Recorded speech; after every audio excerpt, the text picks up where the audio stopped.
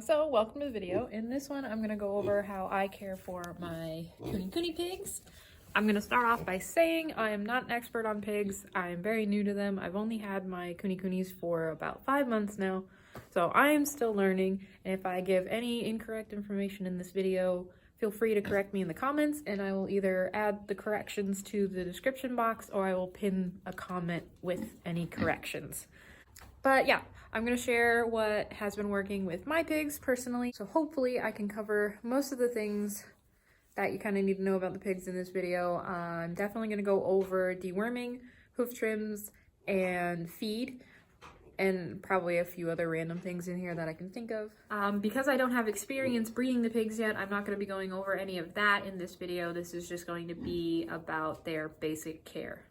To start off, I would highly recommend this book for a little extra info. This has been very helpful for me so far. There is a lot of info in here about different pig breeds, and there is a lot of info about Kunis in here. So Kunis are a breed of heritage pigs that come from New Zealand. Now, the Kunis have become a very popular pet pig or a homestead pig because they are one of the easier pigs to care for, and they are one of the smallest breed of pigs. Now, these guys still do get an upwards of 300 pounds, depending on the bloodline. There are smaller ones, but from what we have seen with our pigs, they still do get quite large. These guys are super well loved in the pig community because they have super gentle dispositions. These guys are very sweet. They're not destructive like many other pig breeds are.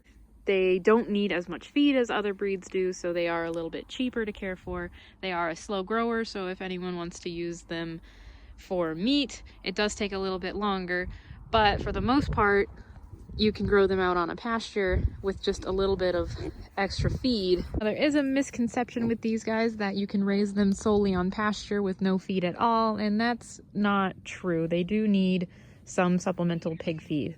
So I will show you what kind of feed that I give to my pigs, but Kunis need a feed that is between 14 and 16% protein. We feed a 16% protein feed.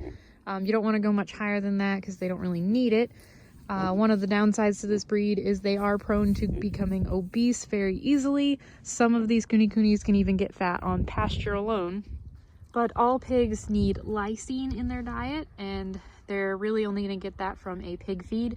You also need to make sure they are getting all of the vitamins and minerals that they need to thrive. And it's hard to get that out of a pasture, especially if it's not a pasture seeded specifically for pigs. So this is the brand of pig feed that we like to use for our pigs.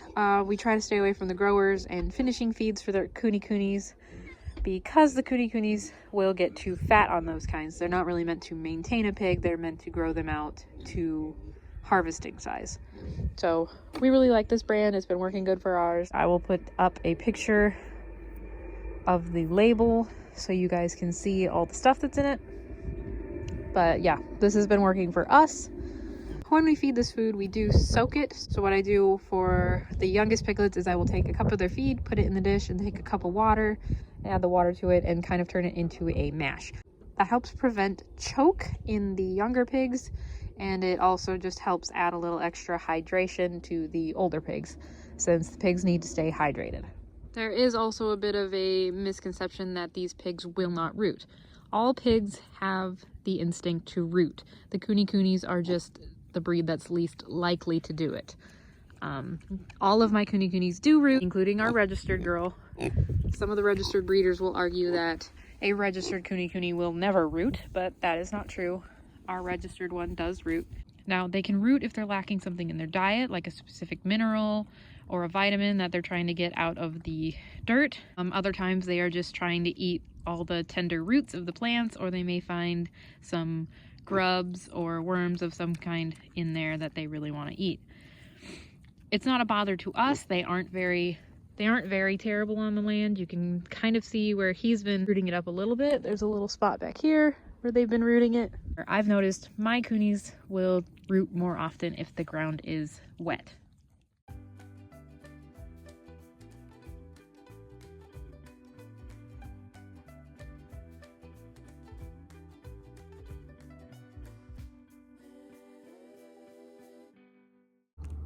So don't go buy a kuni kuni thinking it's never ever gonna root up your yard at all and that you could just leave it on pasture and not give it any kind of feed. But anyway, as I mentioned before, he's young, so he only gets 2 cups of food a day. The kuni kunis can get around 1 pound of food a day from what I have read. I know some people give a little bit more.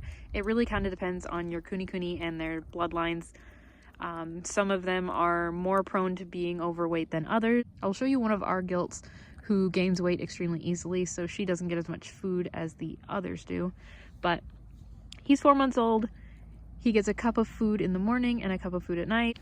This is one of our gilts that is a year old.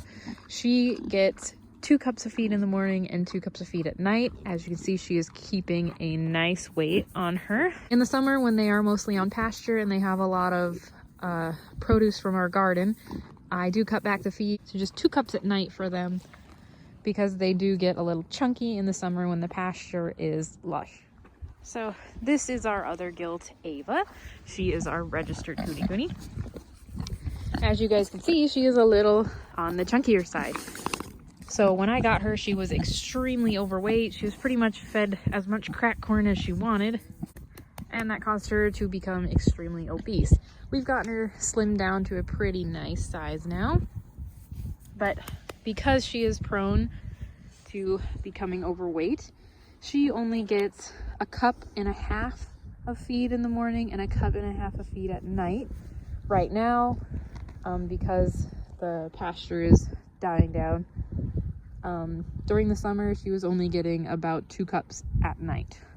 As we head into winter, I may up the feed, depending on how her body condition stays.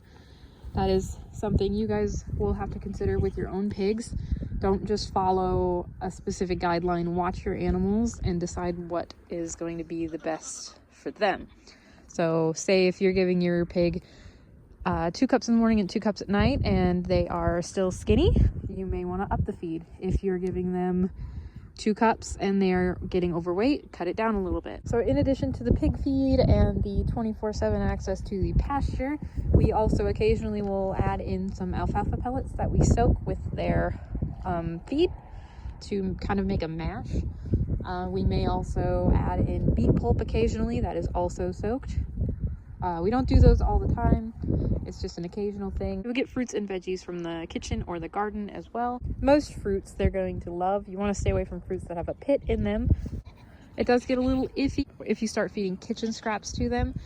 Processed foods are going to contain a lot of salt, which is bad for pigs. They can get salt toxicity from ingesting too much salt, or if they go too long without water and then suddenly drink all the water that they can, they may end up with salt toxicity. So making sure the pigs have constant access to water is super important for them. But yeah, try to stay away from processed foods from your kitchen, as well as meat. You need to be really careful with meat. There are laws about garbage feeding the pigs that have to do with feeding them meat, but that's a little sketchy, so I would advise not feeding your pig any type of meat, just to be on the safe side. The pigs can have dairy. Mine will get goat milk from our goats, but that is very occasionally because it is really fattening to the pigs, and you kind of have to introduce it slowly or it will upset their digestive system. So that's kind of going to be up to you to decide. But for mine, they get veggies from our garden, pig feed, pasture. In the winter, they're going to get hay as well. So to dive a little bit deeper into the garbage feeding issue, the main issue with garbage feeding is if you're going to be giving the pig meat. There are certain diseases that are communicable and can be transmitted through meat that isn't properly sterilized. That's probably not the right word, but I know with big factory farms that are going to be producing pigs for human consumption, it's either against the law to garbage feed the pigs, or they need a permit to garbage feed, and all of the garbage feed has to run through a factory that is going to properly decontaminate it, basically. They have to boil all of the meat and stuff before it can be fed to the pigs, just to make sure that they are killing off any diseases that might be in the meat. This also applies to any fruit or vegetables that has come into contact with meat. To be on the safe side, we don't feed any meat to our pigs here. They don't really need it. The main reason people would feed meat to their pigs is because meat contains lysine, red meat and fish does. If you feed a complete pelleted pig feed to your animals, they really don't need the meat in their diet. You don't have to risk it. Eggs contain lysine. Those, I believe, are okay to feed your pigs. I do feed eggs from our chickens to our pigs. There's a little bit of a debate about whether the eggs need to be cooked versus raw. I have fed both to my pigs and haven't seen issues with feeding them raw eggs. The cooked eggs are a lot easier for them to eat, but they don't seem to have any issue with the raw eggs. Milk also contains lysine. My pigs do get some goat milk straight from my goats occasionally. Not a lot, because the Kune-Kunes do get very fat on goat milk very easily. We have Nigerian dwarf goats and their milk is higher in fat than regular cow's milk is, and they got fat so fast. Like in a week, these pigs gained like 20 pounds. It was crazy. So we stopped giving them goat milk as often. Right now they're not getting any goat milk at all because the goats have dried up.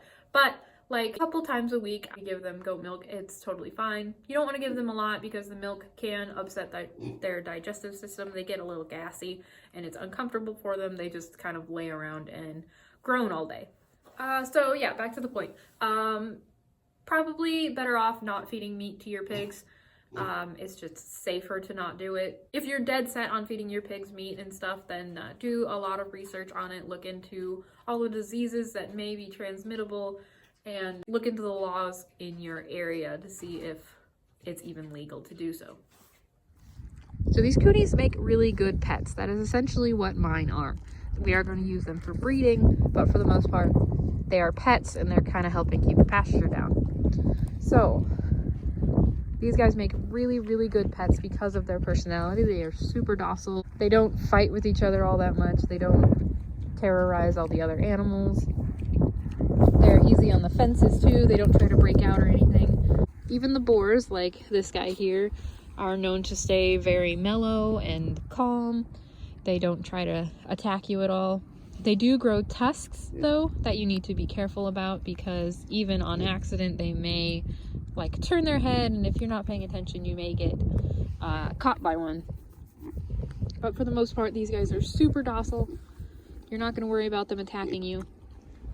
Even during farrowing, the moms are very calm. If a Kune-Kune is aggressive at all, it is usually culled out of a breeding program. As far as deworming goes, from what I have been told, it looks like the recommended worming schedule is usually every 3 or 4 months they will get dewormed. Worming schedules can kind of be a bad thing, because if you deworm too often when it's not needed, you may run into parasites that are resistant to the dewormer.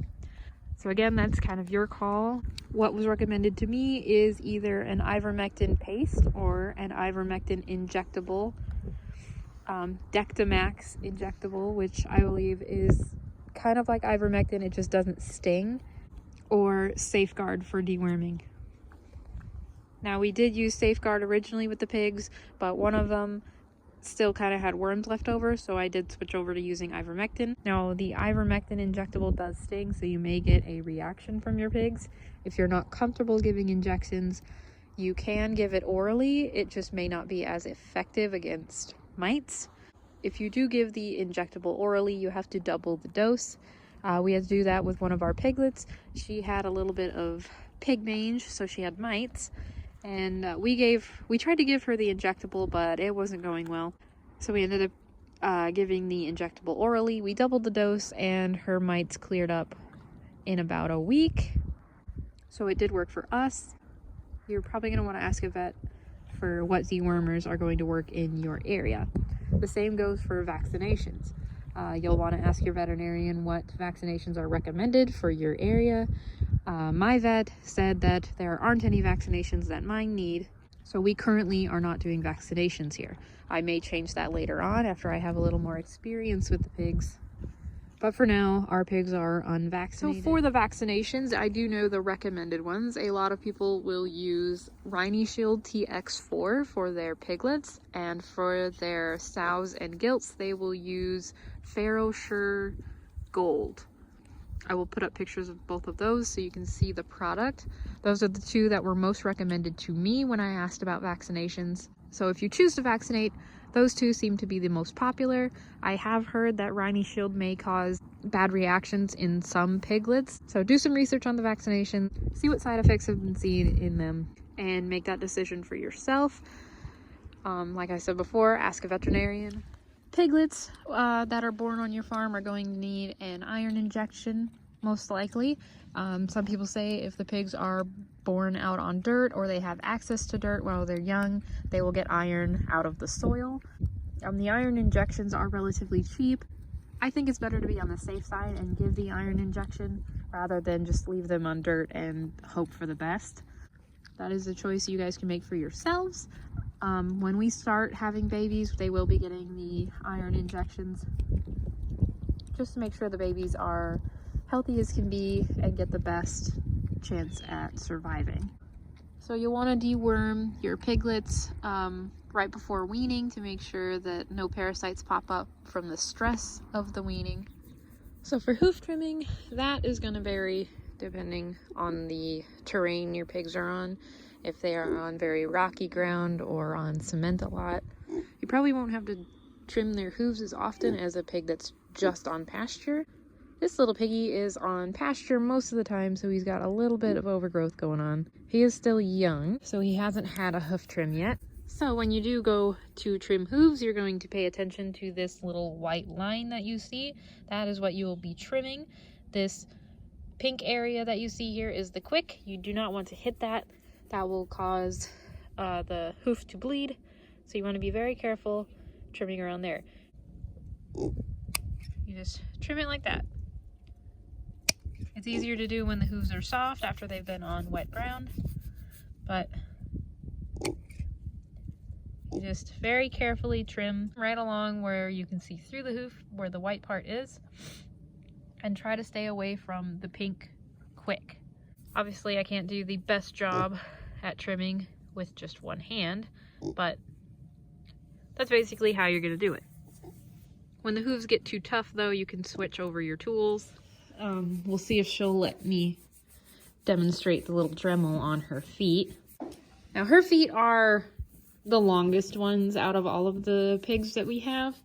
I don't think she had any hoof trims before she came to us, and she was over a year old when we got her. So this is quite a bit of overgrowth. Okay, so this is pretty difficult to do with one hand. She keeps wanting to take the foot away if I'm not holding it. But to demonstrate, this little Dremel, you'll just take it down the wall of the hoof. She's not gonna let me show you guys. And you basically just grind it down to where it's supposed to be. It's easier if you have two hands instead of one. But here you can see that this toe is turned in, so it's curving in, and this one as well is curving in. I don't know if you can see the pink line here, which is the quick, and then all of this is white. So all of this could be trimmed down. You don't want to go all the way to the quick, or you'll hurt them and potentially hit the quick, which bleeds like crazy. But you want to try and get these hooves sort of straighter. You don't want them being turned into each other like that.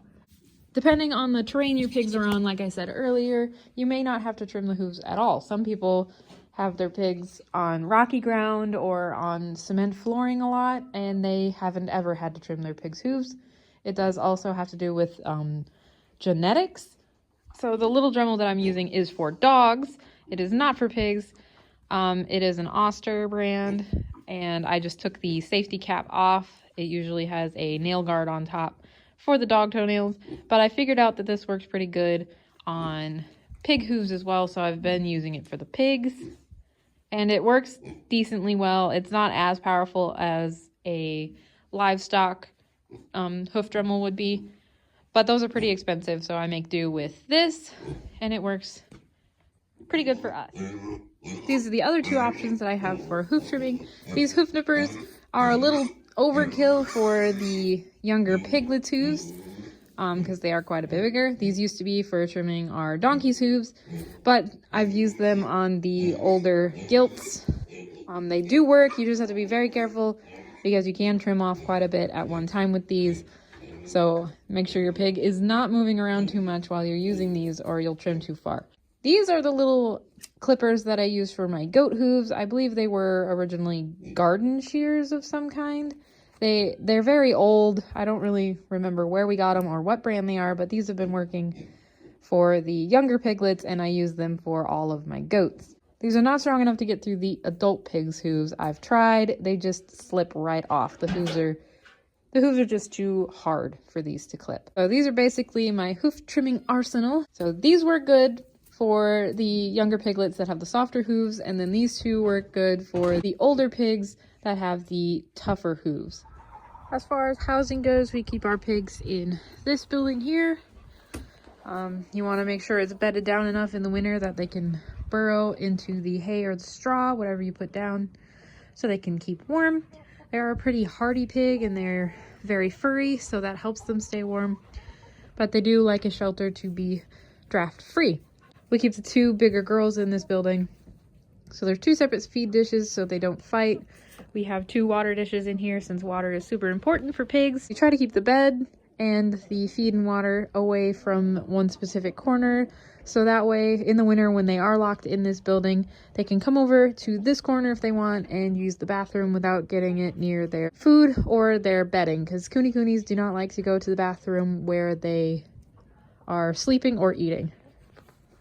So to recap a little bit, in terms of deworming, you're probably going to want to ask your veterinarian. If you don't have a veterinarian who specializes in swine, you can ask other experienced breeders, or like get on Facebook and join a pig group. I'm in a few Kune-Kune groups on Facebook, and they were really helpful when I was starting out. From what I've seen in there, most of the recommendations are either get fecal done on your pigs periodically to see how many worms are in their system and if they need to be dewormed. That can be a little expensive depending on where you are and if you don't have a vet who specializes in farm animals. Otherwise, the most common recommendation for deworming seems to be every 3 to 4 months to deworm the pig. We here are going to deworm as needed. We're just going to keep an eye on the pigs. If anyone looks like they're getting a little wormy, we're going to deworm. That seems to be working so far. I'll keep you guys updated on it, and if it doesn't work out and we have to get on a worming schedule, I'll let you guys know. So with the hoof trims, that is going to vary a little bit between each individual pig. Certain bloodlines, hooves may grow differently than others.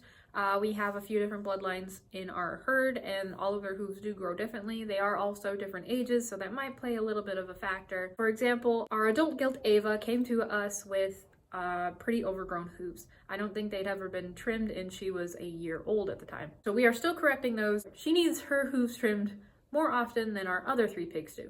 Now, 2 of those 3 pigs are still quite young, under 6 months old, so their hooves aren't really doing much growing yet. It seems that we have to start trimming the little piglets' hooves around 4 months old, and then maybe every 4 months continue to do a trim. Some people say that if you have a pig with really good genetics, you'll never have to trim their hooves. I don't know if there's truth to that. I personally have heard people say that they never have to trim their goat's hooves too, but then you take a look at the goat and the hooves are completely overgrown. So that's it's gonna be your call.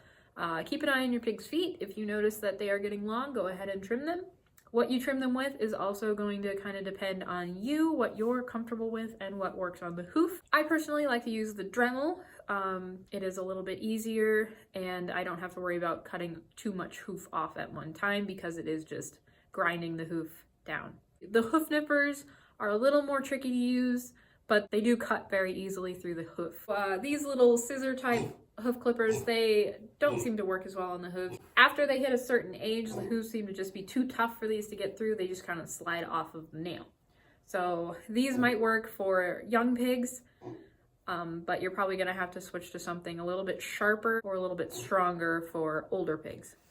And then to go back over the vaccinations, that is also gonna be something you're gonna wanna ask your veterinarian. If you don't have a veterinarian who specializes in swine, the vaccinations that were recommended to me were the Ferrosure Gold and the RhineShield TX4. Now, as I mentioned earlier, some people have said that their piglets had a pretty bad reaction to the RhineShield, so you're gonna probably want to look into all of that and decide if you want to go with that or not. Ferrosure, I haven't heard anything bad about it, so that one seems to be a safe option to give your pig. But again, that's kind of going to be up to you whether you want to vaccinate or not. I know there are a lot of breeders that choose not to vaccinate because they want to keep their herd chemical free. So no vaccinations and no chemical dewormers. They choose to go the natural route. That works for some people. If you keep your farm more closed so you don't bring in pigs all the time, not vaccinating them isn't going to be that big of a deal if you only have a few pigs as well. Diseases seem to pop up more commonly in a more populated herd or in an area where the pigs are kept confined. So if you have a lot of pigs in a small area, vaccinations are probably going to be your friend just to keep diseases from spreading around in them. But if you have a smaller herd or a herd that's out in the open, they get plenty of fresh air, you may not have to worry about vaccinations because diseases are not going to spread through your herd as easily in an area with open space and a lot of good ventilation. Again, vaccinations are going to be your call to make. I am not vaccinating ours at the moment. I'm going to see how it goes. If we end up with pigs that are starting to get sick, we will switch over and do vaccinations. But as of now, nobody is getting vaccinated here. Keep in mind that iron shots and dewormers are not considered vaccinations, even though they are an injection. So vaccinations are completely different from your dewormer and your iron. If you are getting a Kuni from a breeder, you can ask them about vaccinations to see if your piglets have been vaccinated before coming to you. Usually if a breeder does do vaccinations, your piglets are vaccinated before you get them. The feed is also going to vary a little bit between each individual pig.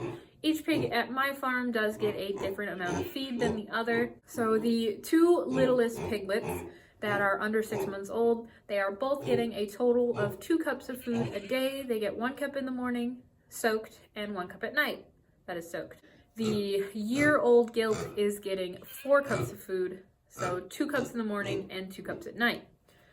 She is on the thinner side. She had a little issue with parasites that we just got taken care of, so we are trying to get her recovered and get some weight back on her. She is at a pretty decent weight right now. She is trim, but not skinny. With our oldest gilt, she gets a total of 3 cups a day. She gets 1.5 cups in the morning and 1.5 cups at night because she is super prone to becoming obese. So hopefully this video helps somebody out a little bit. Like I said, I'm not an expert. I'm still new to the pigs. I'm still learning. But hopefully some information in here is going to be helpful to somebody out there who maybe is thinking about getting Kunis. I may eventually remake the video after I have more experience, but for now, that's all I got. I definitely recommend this breed of pig. They've been fantastic for a first-time pig owner like myself. They're very sweet, they're very docile. They come over for cuddles and belly rubs, and they come greet you when you come out to the pasture. They're just full of personality and they're super fun to have around.